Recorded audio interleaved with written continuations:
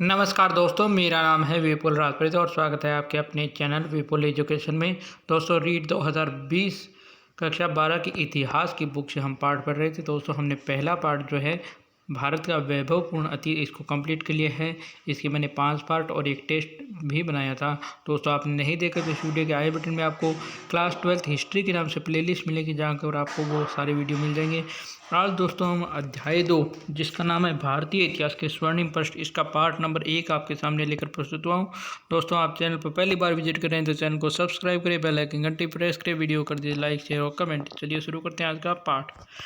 तो देखो, अध्याय 2 है भारतीय इतिहास के स्वर्णिम पृष्ठ। इसकी शुरुआत की गई है मौर्य साम्राज्य से। तो देखो, मौर्य साम्राज्य का काल बताया गया है कि 323 ईसा पूर्व से 185 ईसा पूर्व, यानी मौर्य काल का समय कितना था दोस्तों? 323 से 185 ईसा पूर्व, ये मौर्य काल का समय था। मौर्य साम्राज्य की स्थापना के साथ ही भारतीय इतिहास की सुदृढ़ धारा अवतरित होता है। यानी जैसे ही मौर्य का साम्राज्य की स्थापना होती है, भारतीय इतिहास की मजबूत सुदृढ़ यानी मजबूत धरा पर अवतरित होता है। यानी एक मजबूत साम्राज्य भारत की भूमि पर अवतरित होता है। विदेशी राज्यों से कूटनीतिक संबंधों की शुरुआत होती है, और जितने भी विदेशी राज्य हैं उन सबसे कूटनीतिक संबंधों की शुरुआत होती है। भारत के राजनीतिक एकीकरण व भारतवर्ष की वास्तविक संकल्पना दृष्टिगोचर होते हैं। यानी अगर आप बात करो तो मौर्य साम्राज्य की स्थापना के बाद ही भारत के एकीकरण, राजनीतिक एकीकरण और भारतवर्ष की जो वास्तविक कल्पना है वो दिखाई देती है। मौर्य साम्राज्य के इतिहास के विषय में हमें विभिन्न स्रोतों से जानकारी मिलती है। यानी बहुत सारे ऐसे स्रोत हैं जिनसे हमें जानकारी मिलती है। उनमें से सबसे पहले तो है कौटिल्य का अर्थशास्त्र, विष्णुगुप्त या चाणक्य का अर्थशास्त्र, विशाखादत्त का मुद्रा राक्षस, सोमदेव का कर्थाश्री साधन, क्षेमेंद्र की व्रत कथा मंजरी, दीपवंश, महावंश टीका, भद्रबाहु के कल्पसूत्र, स्ट्रेबो, प्लूटार्क, जस्टिन आदि यूनान यात्री, फाइयान, हिंसांग, इतिशंग आदि चीन यात्री, रुद्रदमन के जूनागढ़ अभिलेख व अशोक के अभिलेख से जो हमें पुरातत्व खुदाई के दौरान मिले मुख्य स्रोत है। यानी अगर कहीं प्रश्न आ जाए कि निम्न में से कौन सा मौर्य साम्राज्य की स्रोत है, तो नहीं है या है, तो ये आपको ध्यान रखने की भाई कौटिल्य का अर्थशास्त्र है, विशाखादत्त का मुद्रा राक्षस है, सोमदेव का कथा सरिचाग्र है, क्षेमेंद्र की व्रत कथा मंजरी है, दीपवंश, महावंश टीकाएं है, भद्रबाहु का कल्पसूत्र है, स्ट्रेबो, प्लूटार्क, जस्टिन आदि यूनानी यात्री, फाइयान, हिंसांग, इतिशांग आदि चीनी यात्री और रुद्रदमन के जूनागढ़ अभिलेख, अशोक के अभिलेख भी इसके मुख्य स्रोत है।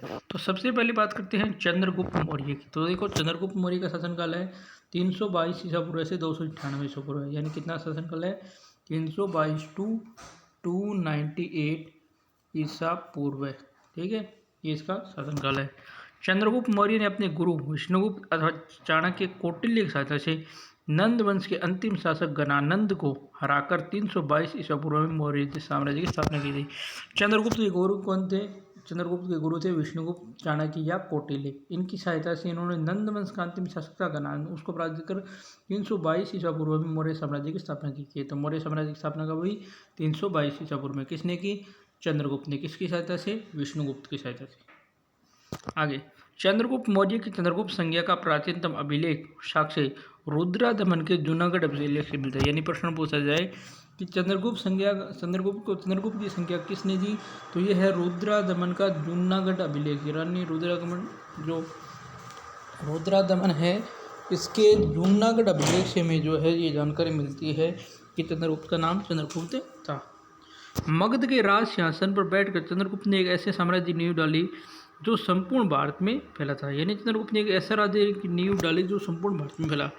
चंद्रगुप्त के विषय में प्लूटार्क कहता है कि चंद्रगुप्त ने 6 लाख की सेना लेकर संपूर्ण भारत पर अधिकार कर लिया। यानी प्लूटार्क का कथन है कि चंद्रगुप्त ने 6 लाख की सेना लेकर पूरे भारत पर अधिकार कर लिया था। चंद्रगुप्त मौर्य ने उत्तर पश्चिमी भारत को सिकंदर के उत्तराधिकारियों से मुक्त कराकर नंद वंश का उन्मूलन कर सेल्यूकस को पराजित कर संधि के लिए विवश कर जिस साम्राज्य की स्थापना की, उसकी सीमाएं उत्तर पश्चिम में ईरान की सीमा से लेकर दक्षिण में वर्तमान उत्तरी कर्नाटक एवं पूर्व में मगध से लेकर पश्चिम सौराष्ट्र तक फैली थी। तो चंद्रगुप्त ने क्या किया?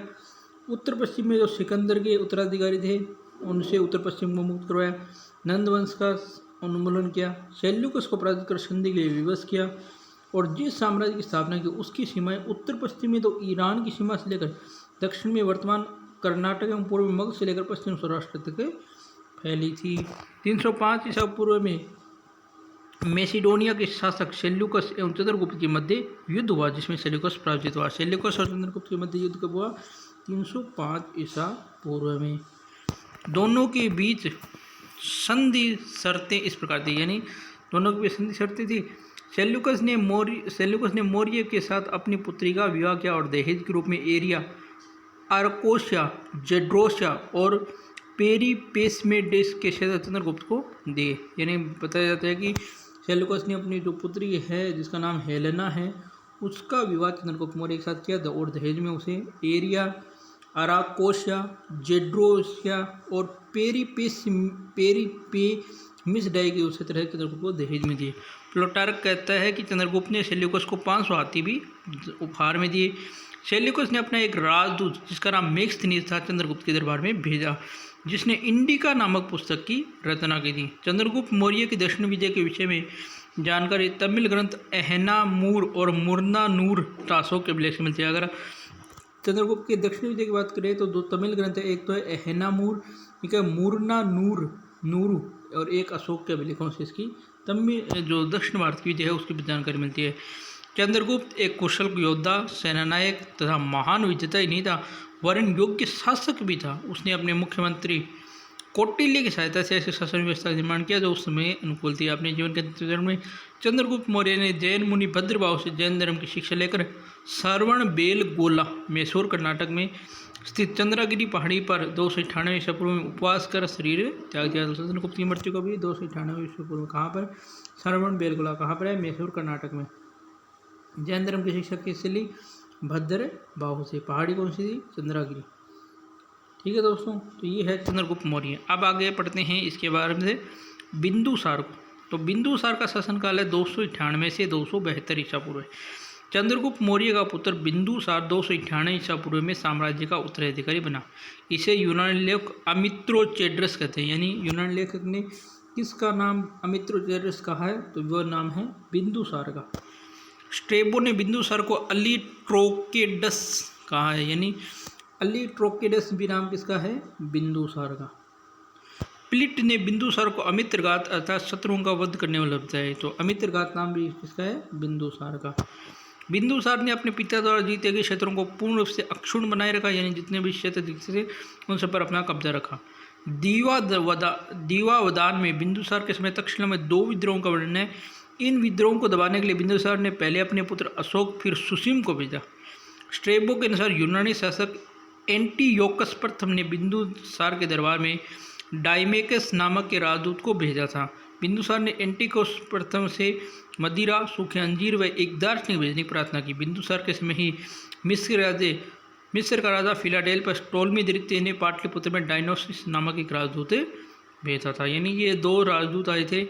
एक तो आया था यूनान के शासक एंटीओकस का जो राजदूत आया था, एंटीओकस प्रथम का राजदूत आया था जिसका नाम है डाइमेकस, और एक आया था मिस्र के राजा फिलाडेल्फस सेकंड का राजदूत जिसका नाम है डायनोसिस। ठीक है, अब देखो, अब हम पढ़ेंगे अशोक। अशोक का शासनकाल है 273 ईसा पूर्व से 232 ईसा पूर्व। बिंदुसार की मृत्यु के उपरांत अशोक विशाल साम्राज्य की गद्दी पर बैठा। करीब 4 वर्ष की सत्ता संघर्ष के बाद अशोक का विधिवत राज्य अभिषेक करीब 269 ईसा पूर्व में हुआ। यानी अशोक ने 4 साल सत्ता संघर्ष किया और 269 ईसा पूर्व में उसका राज्य अभिषेक हुआ। वैसे तो अशोक 273 ईसा पूर्व मगध की राज सिंहासन पर बैठ चुका था। अभिलेखों में अशोक को देवनामप्रिय, देवानप्रियदर्शी एवं राजा के नाम से संबोधित किया गया। यानी अभिलेखों में इसके नाम मिलते हैं देवनामप्रिय,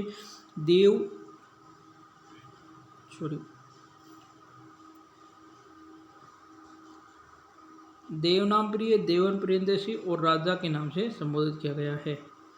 सर्वप्रथम मास के अभिलेख में अशोक नाम मिलता है। यानी अशोक का अशोक नाम कहाँ से मिलता है? मस की जो अभिलेख है वहाँ से।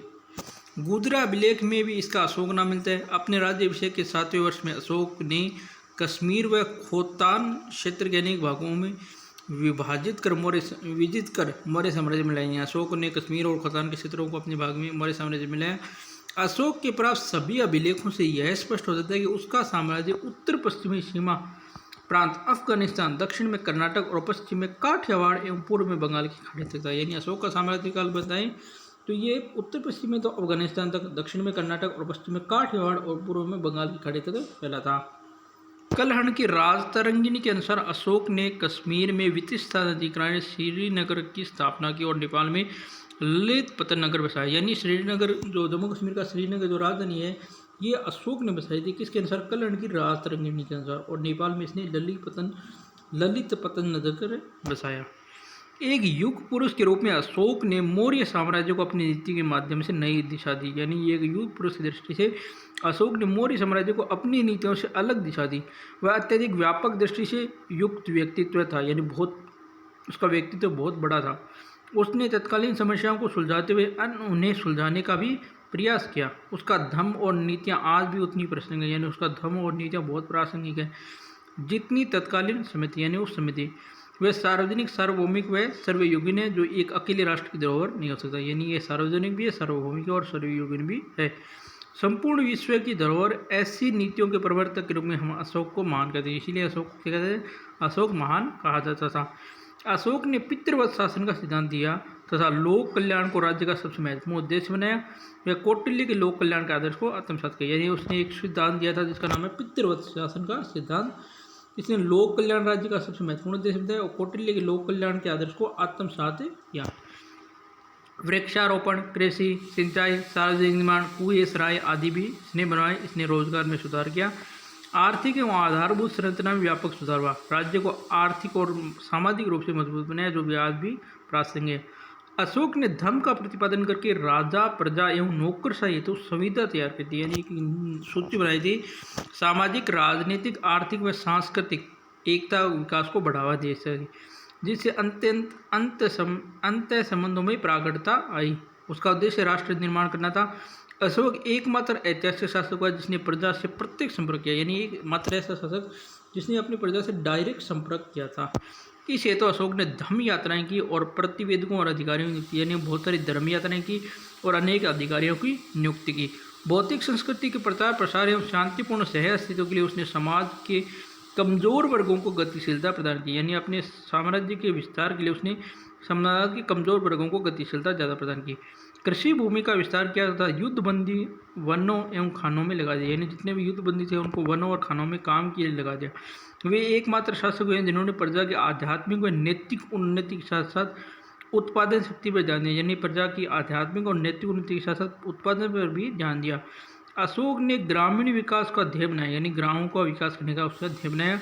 अशोक ने साम्राज्य में 84,000 स्तूपों का निर्माण किया। अशोक ने अपने साम्राज्य में कितने स्तूपों का निर्माण किया? 84,000 स्तूपों का। राजस्व का पुनर्वितरण सार्वजनिक हित व लोक अनुरंजन में किया गया, यानी लोक कल्याण के लिए किया गया। अर्थव्यवस्था को तीव्र गति दी। इसके अलावा इन कार्यों के फलस्वरूप आम जनता की क्रय शक्ति में भी वृद्धि हुई है। लोग ज़्यादा माल खरीदने लगे। अशोक ने विदेशी नीति को समय के अनुसार बनाया। तत्कालिक सम्राटों के साथ कूटनीतिक संबंध बनाए। उच्च स्तरीय धर्म आयोग भी दिए, जिससे अंतर संबंधों की स्थापना हुई। यानी बहुत सारे धर्म अधिकारी वहाँ पर दूसरे देशों में भेजे। अशोक ने संपूर्ण विषय को धार्मिक सहिष्णुता का पाठ पढ़ाया। सभी धर्मों का समान महत्व और आदर प्रदान करने पर बल दिया और जनता पर धर्म को बलात् नहीं थोपा, यानी जबरदस्ती नहीं थोपा। एक धर्म, एक भाषा, एक लिपि का अनुसरण कर संपूर्ण भारतवर्ष को एकीकरण किया। यानी एक ही धर्म, एक ही भाषा और एक ही लिपि, ये भारतवर्ष का एकीकरण किया था। समान नागरिक संहिता व दंड संहिता का क्रियान्वयन कर सामाजिक न्याय व कानून के शासन की स्थापना की। यानी सभी के लिए समान नागरिक संहिता, यानी जिसे यूनिफॉर्म सिविल कोड कहते हैं, और दंड संहिता भी समान की गई।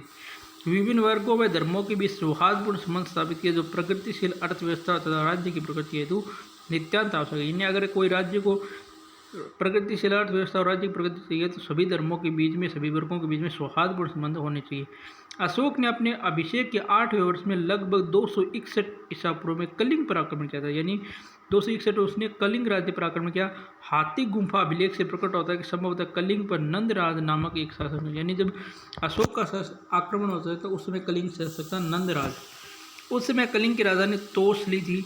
अशोक संपूर्ण भारत को एक सूत्र में बांधा तथा एवं कलिंग हाथियों हेतु प्रसिद्ध एवं व्यापार व्यावसायिक दृष्टि से महत्वपूर्ण था। समुद्र के किनारे और निकट विदेश व्यापार की दृष्टि से भी इसका महत्व था। कलिंग युद्ध में 1 लाख लोग मारे गए और 1.5 लाख लोग बंदी बनाए गए। इस भीषण दशा से अशोक का मन द्रवित हो गया। उसने भविष्य में युद्ध नीति को त्यागने की घोषणा की।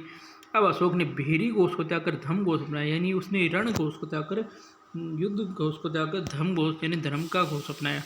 अशोक के बाद जालोग, कुलनाल, दशरथ, संप्रति, सुलीसूक, देववर्मन आदि शासक हुए। बृहद्रथ जो है अंतिम मौर्य सम्राट था। बृहद्रथ के सेनापति पुष्यमित्र 184 में उसकी हत्या कर शुंग वंश की नींव डाली। यानी अंतिम शासक तो कौन था? मौर्य बृहद्रथ। उसका सेनापति था पुष्यमित्र शुंग। उसने उसको 184 ईस्वी में हत्या कर शुंग वंश के साम्राज्य में नींव डाली।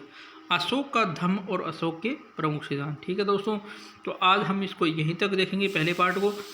कल आपको इसके और पार्ट मिलेंगे। ठीक है दोस्तों, तो आप उम्मीद करता हूँ ये वीडियो आपको पसंद आया। वीडियो पसंद आए तो वीडियो को लाइक करना, शेयर करना, कमेंट करना। चैनल को अभी तक सब्सक्राइब नहीं किया, चैनल जरूर सब्सक्राइब करें। धन्यवाद दोस्तों। जय हिंद, जय भारत। घर रहना, स्वस्थ रहना।